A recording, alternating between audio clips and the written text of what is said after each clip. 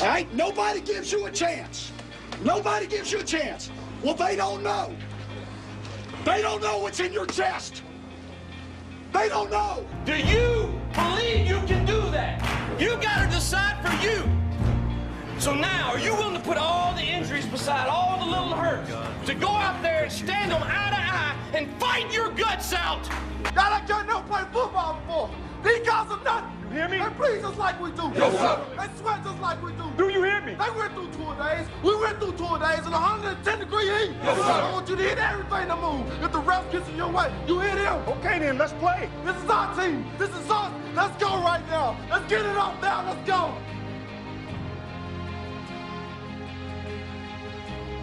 It is the pinnacle of high school football to be playing this weekend, and we wouldn't miss it. Thanks for staying up with us for this edition of the Sports Deck, the final show of the year, and it's all about state titles being given away. That is something Bassfield is very familiar with. The Yellow Jackets capped off an undefeated 2012 season by smashing Eupora in the 2A title game last year, 35-0. Scary thing, most thought this year's team would be better, and they just might be. Bassfield back to defend their crown today against Calhoun City. Bassfield, the heavy favorites with that roster of real talent. They were focused on finishing as 2A champs once again. The defense has been the backbone of this team all season, led Ole Miss commit later in that drive. Don't you sleep on Southern Miss commit Cornell Armstrong. He steals a pass and sets up the offense. From there, first play, second quarter, speed sweep to Trodrick Daniels. Emphasis on speed. Untouched, 7-0, Yellow Jackets. That basically put a hole in the Calhoun City ship. They took on heavy water from there. C.J. Moore able to use play action, drops a perfect dime to Curtis Michael, USM commit from Ole Miss commit, 14-0. The Stars showing up. Moore Armstrong. 2 INTs for the senior in the first half. That one returned deep into Calhoun City territory, and that would lead to more from Moore.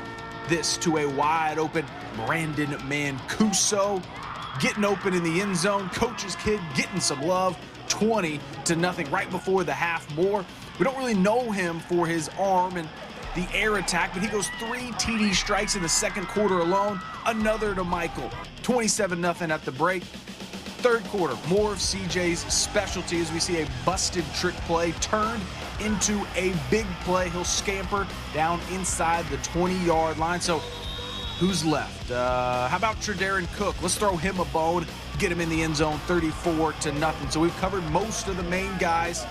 But what about that junior, the pretty good one? Yeah, Jamal Peters, the top junior in the state. He's going the other way with the ball. Scoop, score. It was 48-0 at this point. Yes, celebrating is allowed. The Bassfield Yellow Jackets are back-to-back 2A state champs. Dominating 48-7 win stamps their legacy in this tradition-rich program. Man, it feels great. It's really, I'm speechless right now. There's no better feeling than right now.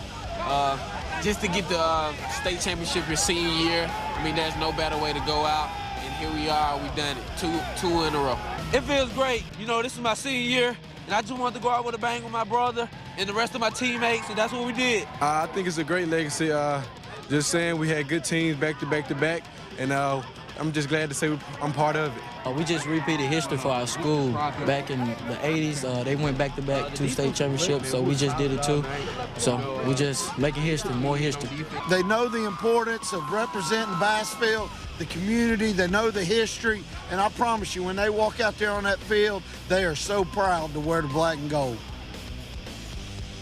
A special group and capping it all off, back-to-back titles. Congratulations to the fellas down in Bassfield. Well, Friday night always features the largest classification. The past 2 years, the 6A title games, they've been great. Olive Branch winning on a missed field goal in 2011. South Panola outlasting Brandon last year. Could Tupelo and Oak Grove match that? For the Warriors, they have been at the top or near the top of the rankings all season. They beat Hattiesburg, Petal, and Meridian last week to reach tonight. Tupelo, a little bit different story.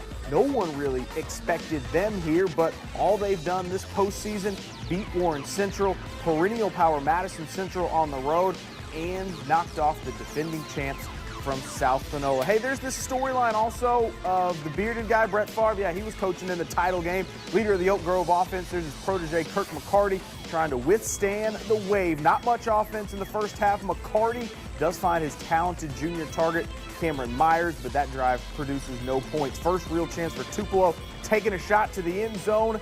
Trey Sloan has other ideas. A pick at the goal line. Both defenses dominant. Taylor Braley blows up the backfield. It was a scoreless game at the half. But finally, a little bit of fun in the third quarter. It's McCarty on the rollout to Myers. This time for 6. Myers, 11th touchdown grab of the year. Tupelo responds. They get inside the 5 and let Quinn Tiggs find his way to the far pylon. Back and forth we go, 7-7. But how do you break a tie? You go fake field goal. Neville Barr dials it up to perfection. Logan Scott left all alone. Incredibly, that would prove to be the game winner. A late interception seals it. Coach Favre celebrate. Oak Grove wins 14-7, their first state championship in school history. Well, there was one other title game today, the one that started it all, the 1A championship, and we look ahead to tomorrow as Hazelhurst hopes to relive the magic of last season's final game. I'm DK Buford from Lafayette County, and you're watching SportsDeck, Fox 40. Fox 40 Sports. Welcome back to the SportsDeck Championship weekend, kicking off at 11 this morning with the 1A matchup of French Camp in Smithville. But first, let's go back to this game last year, something the French Camp fans might not want to do. They held a late lead over Stringer, but couldn't keep it. Tevin Moore scoring a late touchdown. French Camp lost 20-17. They fought to get back. Here they are up against the Smithville Seminoles, who've overcome a lot themselves. You remember the devastating tornado of 2011. Scoreless game, second quarter. The first play of that quarter, a 27-yard touchdown run as Michael Irving bounces it to the outside, points on the board. Panthers looking for that first title in school history, riding the momentum. Now they're forced to punt, and back waiting is Hagen Box for French Camp. Tide completely turns here. He makes one cut to the center of the field, and that's how you cover 79 yards quickly. 14-0, still adding on before the half. 5-year starting quarterback Jesse Hoskett throws a strike inside the 5 to Hunter McKnight, and from there it is all about Mr. Hoskett taking care of it himself. French Camp into the end zone. They had 2 field goals in the second half. They avenged last year's loss, taking home the 1A title 27-6. See French Camp get to this point and to win it is just fantastic, and we're just excited for all of our family, all the parents, all the kids.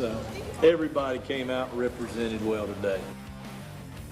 Well, after losing the 2011 title game to Charleston, Hazelhurst returned to the big stage last season for revenge and got the chance to play that same Charleston team. This time the Indians fought their way to a 1-point win and the school's first championship since 2005. And you may have noticed we omitted one fairly important play from that clip there from last year's championship win. Well, that's because it deserves a story in itself.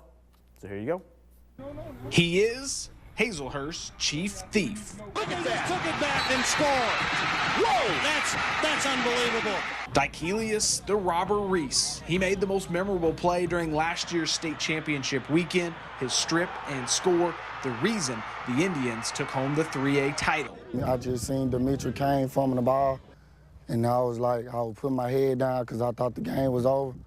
But then after I seen Charleston player pick up the ball, I just immediately thought in my mind to make a play. When I seen it was a big guy, I immediately went for the ball because I knew he wasn't gonna try to shake me or anything. He was just gonna try to run me over. And that was the only thing that I thought of was to take the ball. Going all klepto like that once is wild, but fast forward to the Forest game a few weeks back, and the ball-taking bandit did it again. I was telling my team before the game started that I wanted to have a big play up on defense. And they was like, well, give us one of them scripts that you gave us from the championship game.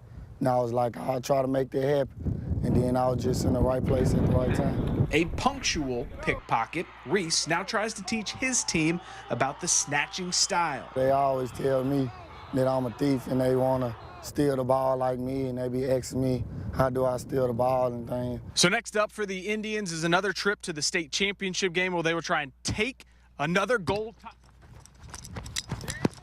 From Fox 40, I am Achilles Reese. Back to SportsDeck. The Hamburglar of high school football.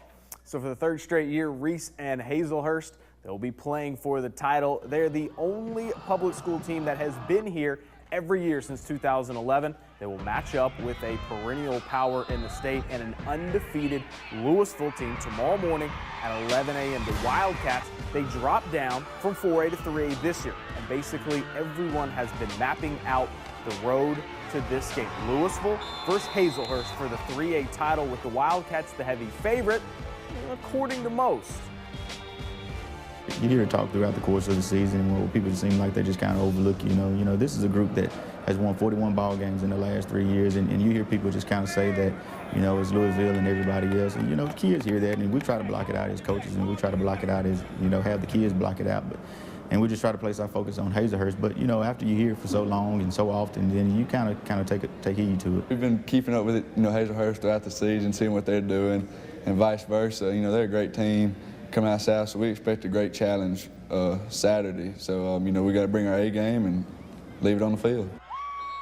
Know this, Randall Montgomery will have a plan in place for his team tomorrow. The Sports Deck trucks on. After the break, we reveal our player of the year and break down the other two Saturday games. I'm AJ Moore from Bassville High School. When you're watching Sports Deck, Fox 40. Earlier, we mentioned that Hazelhurst has made it to Jackson 3 straight years. That was the streak Lafayette County had during the Jeremy Liggins days. That was until last year. The Commodores came up short in 2012, but made a huge turnaround mid-season this season and are back in the 4A title game. They will be playing a 12-2 Forest County AHS team that is looking for their first championship in school history. It's probably going to be like Friday Night Lights, the movie. You're going to walk out there and it'll be unbelievable, just surreal. I can't even imagine. I know we're all fired up, though. We really didn't think we was going to have a great year from the start of the season. You know, we were 3-5 at the beginning of the season, and then we just turned things around. You know, Coach stayed positive with us. You know, and we just had a come to Jesus talk just about every Monday, you know, so it just really turned things around for us. You gotta have to run the ball, take time off the clock, and make all the little plays, because in big games, the little plays are magnified. And that is the 3 p.m. game. Then the high school football season will finish tomorrow night at 7:30 p.m. with the 5A title game. That will feature undefeated and top-ranked Oxford against Picayune, a team that won it all in 2011. The Maroon Tide and their persistent ground attack got here by beating Laurel last Friday, while Oxford and their loaded sophomore class were the only team to hand Callaway a loss. That win put them here, and as they will go for their first state title tomorrow. Well, Oxford just presents so many problems for you offensively, and they real physical and run well to the football defensively. They throw a lot of different screens. They throw the ball vertical. They high-low you. They boot pass you, and throw every. Just like I said, that really the screen game's the best screen game we've seen all year. So last year we decided to pick our first ever SportsDeck Player of the Year and hand out a trophy. It went to Demetrius Kane of Hazelhurst. Tonight, we reveal this year's guy who had the best season on the field. That's how we judge it. And out of the 70 or so schools that we cover with thousands of athletes to choose from, we choose one. Gives it to Jordan, straight up the middle. He's got a hole at the 20, the 10, the 5. Touchdown, Pearl Pirates.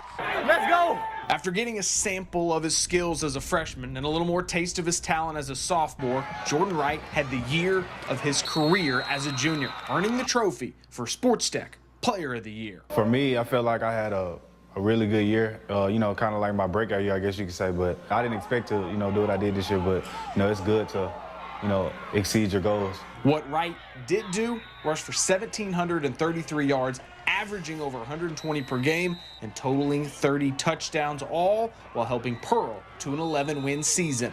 The load of getting like 30 carries a game, it's just, it was a responsibility, but it's a responsibility that, that's an honor too. Basically it's just like this, like I feel like responsible for, my team when I get carries. So I feel like the more I have the ball, the more I can, do, to help our team advance. Jordan gets the ball straight ahead, bulls forward, pushes for the touchdown. After setting the bar so high this season, Wright says as a senior, he's shooting for 3,000 yards and 50 touchdowns. If he does that, he'll have more hardware to hold. And big congrats to Jordan. A lot of tough guys to choose from, but he was the one. When we come back, we'll wrap up the whole season with the 4 O's and what you might call our version of one shining moment. Once again, we want to send a big congratulations out to all the teams that were able to make it to championship weekend, especially the 3 teams that took home titles today. Once again, it was French Camp and Oak Grove, both winning their first titles in school history. Meanwhile, Bassfield has won 2 titles in the last 2 years and 3 more games to go tomorrow. But with only 3 games on the schedule, it might be hard to choose 4 top plays. Now, we had plenty to choose from for tonight's 4 O's. Number 4, Bassfield had a lot to choose from just in this game, but how about the junior juggernaut Jamal Peters? Scoop and score, touchdown. Expect big things from him next year. At number 3 takes us to the first game of the day and the play that maybe changed it all. A 79-yard Hagen box punt return put French Camp up 14-0. They roll to the win. Number 2, the fake field goal game winner for Oak Grove. Kirk McCarty to Logan Scott. Wow, unbelievable that it would come down to that, but great play call. And number 1, C.J. Moore had his game going today. Through the air, 3 touchdown passes. This absolute perfect spiral into the hands of Curtis Michael. Bassfield just basically playing on a different field. Well, it's been another full football season here on the Sports Deck. A lot of people make this whole production really come together, and those are the people that need thanks around here, and make it a good one.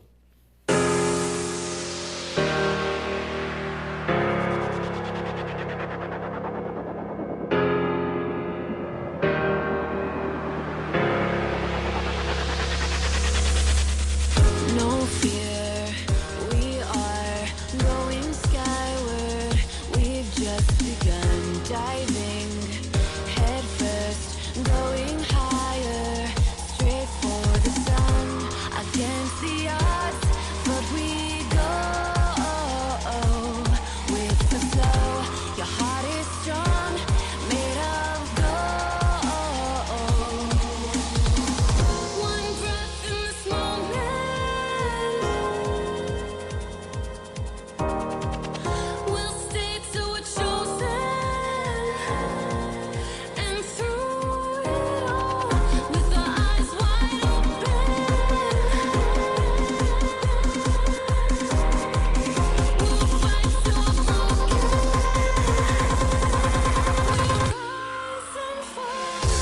eyes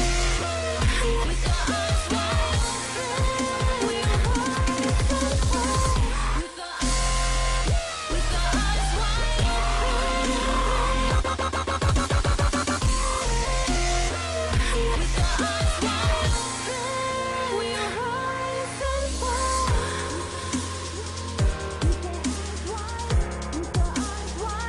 we'll rise and fall, with our eyes wide we wear one crown, ruling over, straight from the clouds, riding till dawn. We all wonder, when is the fall? Against the odds, but we go with the flow. Your heart is strong, made of gold.